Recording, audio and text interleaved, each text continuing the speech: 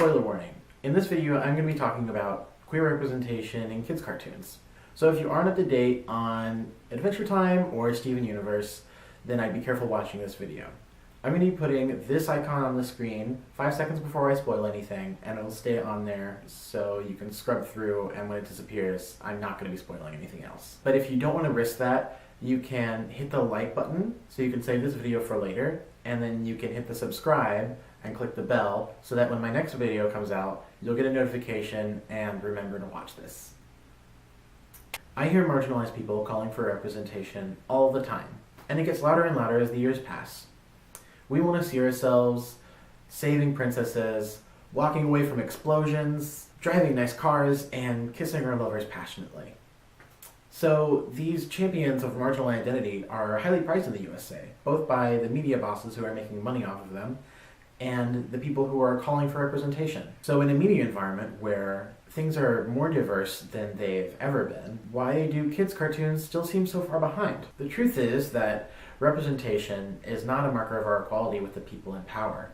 It just means that we have a term with a mic. Then we find ourselves struggling with the same power structures that kept us from being represented in the first place. It's just making our voices heard in a meaningful way now. To understand why cartoons so often are not up to par on representation, we need to examine those power structures. So, what is the most powerful force in the world of kids' cartoons today? I bet when I say the phrase kids' cartoons, you thought of one of these companies. These are the most powerful because their prolific presence on the world stage sets the bar for what is expected of good animation. In the animation industry, there's this little concept that we like to call the pipeline. This is the series of jobs that needs to be done to create a finished animation. And any behind-the-scenes special is going to tell you that this starts with character design and then moves on to storyboards and then goes to voice acting and then to rough animation and so on and so forth. But if you ask me, I think that this process starts much sooner. Because animation requires so many jobs to create the finished product, the industry needs many skilled workers, and it needs to train those workers from a very young age to continue pumping lifeblood into the industry. My name is Teddy, and I'm an animation student at the Pacific Northwest College of Art, and I'm set to graduate very soon if they like my video. So, why am I making this video anyway, other than to graduate? So it turns out that I like to lock myself in a studio by myself with only one light on, hunched over my laptop, drawing one highly detailed frame, clicking a couple keys to get to the next one, and then repeating that process for the next 8 hours, and then repeating that 8 hours for the next week, maybe month, maybe a couple of months, until I end up with something that looks kind of okay. So why do I do this to myself? Well, I guess it started when I was a kid. Saturday morning. Animation and consumerism go hand in hand. The kids watch the cartoons and the parents buy them the action figures. It's kind of like that one old saying goes, there's a sucker born every minute. A cradle-robbing sentiment that capitalism loves and animation is not innocent of. We are exposed at a very young age to cartoons and also the means of their production through games, commercials, flipbooks, and behind-the-scenes specials. I was one of those kids that was making flipping stick figures in the margins of the textbook during class. It turns out that 200 pages was just enough to make a figure jump, flip, pose, and bow. I was hooked. I knew that one day I was going to be making cartoons, but I never really knew what kind of story I wanted to tell. When I looked around at the cartoons that were on TV, I saw a lot of like slapsticky, actiony kind of cartoons, and a lot of my comic work at the time reflected what I was seeing on TV. It's subtle how in this very first stage, I was simultaneously struck with the desire to become an animator and also incepted with the ideas of what kind of stories I should tell. I say it's subtle insofar as we're not often aware of how we base our behavior off of our environments. And my environment was heroes saving princesses, daring young men fighting for justice, slapstick comedy, and jokes made at the expense of weirdos. It's not really subtle at all what kind of stories I was expected to tell, because they were the only ones that existed. From a young age, and onto my early adulthood, all the stories that I would see were predominantly populated by white or white-coded characters with heteronormative ideas of romance and gender roles. Stage 2. Standardization. I remember when I was 13 years old, I knew that I didn't really fit anywhere at my school, and without any frame of reference for characters that I was seeing in cartoons of the kind of narrative that I fit into, I had no idea where I fit in. And eventually I found out that the only narratives that really fit me were those of the loser and the outcast. So I really only had one place to go. And even though I got to sit at the table with the weirdos, I felt like I was often only being tolerated. I wasn't a very good conversationalist at the time, so I don't remember what they talked about for the most part, but I do remember they talked a lot about anime and manga. That was the first time I remember comparing myself to another artist. There's this girl there, and she always had a sketchbook with her, and she was always drawing these, like, anime dudes. The other people at the table really liked it and really liked her because she could draw that. And I became obsessed with adopting a style that would make me liked at that table.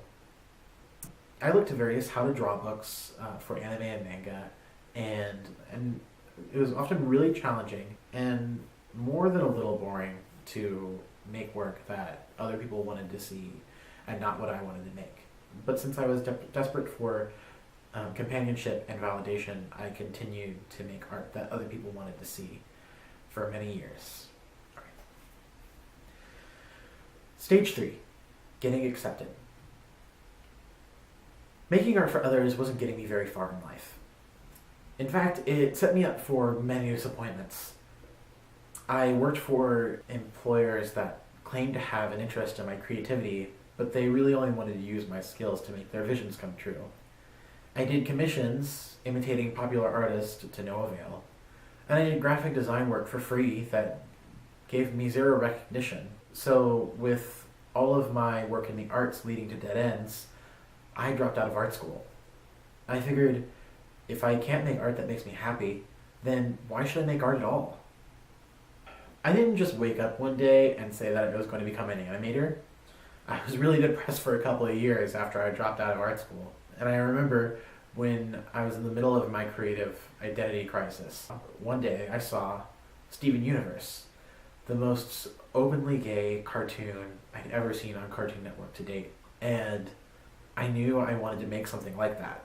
If I had seen Steven Universe when I was a kid, maybe I would have felt better about myself. And maybe I would have come out sooner. And maybe I'd be happier. I knew that Rebecca Sugar is only one person, and that an army of queer animators would need to rise up and to spread the queer agenda, and I wanted to be one of them. When I set my sights on art school that time, I was adamant that my career path was going to be graduating from college and immediately becoming a director of my very own gay as fuck cartoon. Stage 4, the degree. When I got into PNCA, I was surrounded by pretty much everything except for cishet white men. I could really feel that I was in the beginning of a paradigm shift for animation. And especially when I first got here, a lot of the upperclassmen shared similar career goals with me. So I was studying their work really closely. And what I noticed was that a lot of them were spending their senior years making and fine-tuning pitches for serialized kids' cartoons. So with all of these super gay, super fun cartoon pitches happening in the senior class, I had higher hopes than ever that I would be able to get my own cartoon at a big network. So the problem was that it seemed like none of the faculty at PNCA could get behind these pitches, and they were often making really harsh critiques and dissuading students from pursuing these because it doesn't get them jobs after they graduate. Now, to be clear, there is tons of opportunity in PNCA's hometown of Portland, Oregon. We have studios like Leica, Bent Image, Shadow Machine, etc., etc. So the faculty here are trying to push students to make portfolios that are going to land them a job at places like this. This career path does not align with the aspiring writers, storyboard artists, and directors at PNCA. My peers often see themselves working in television, particularly kids' cartoons, and all I see when I look around here are studios that work on commercials, or studios that are so big there is no chance of being hired onto a position where you would have any say in the story. Suddenly, I turned my perspective from the Portland animation scene to the world, and then I realized that the rigid hierarchy that I found in Portland was just an echo of the hierarchy on the world stage.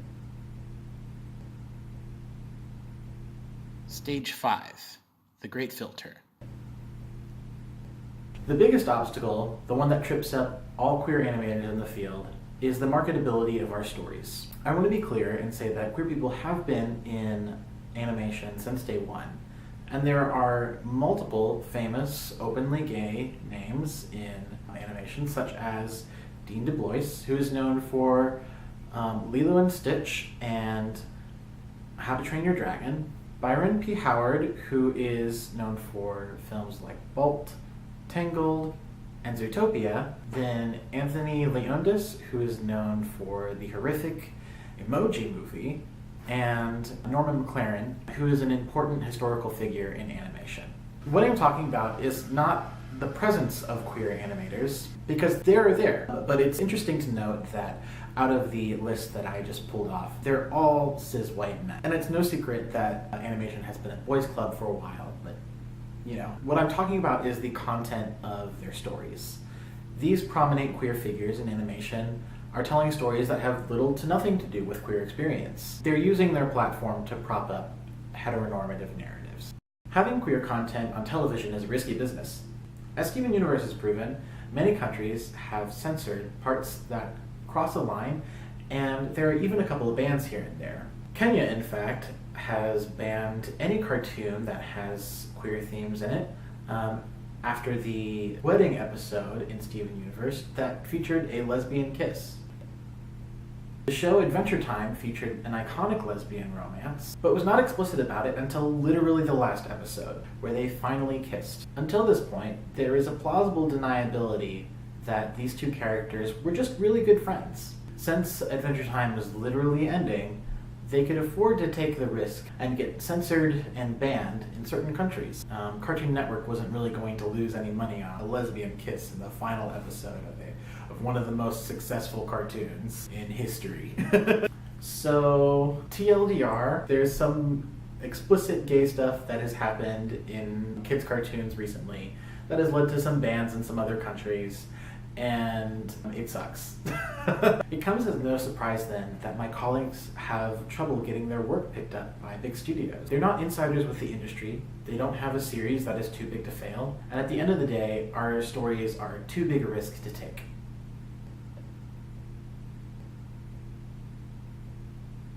So this is where my expertise on the pipeline ends. With the industry the way it is right now, I'm not interested in cooperating. While I wish I could tell you how to get your super gay cartoon onto mainstream television, I don't know how to do that. For me, the path lies wherever I can express myself freely. And for the foreseeable future, that doesn't exist in mainstream animation. It's not going to be a comfortable path, but it's comfort with the status quo that perpetuates it.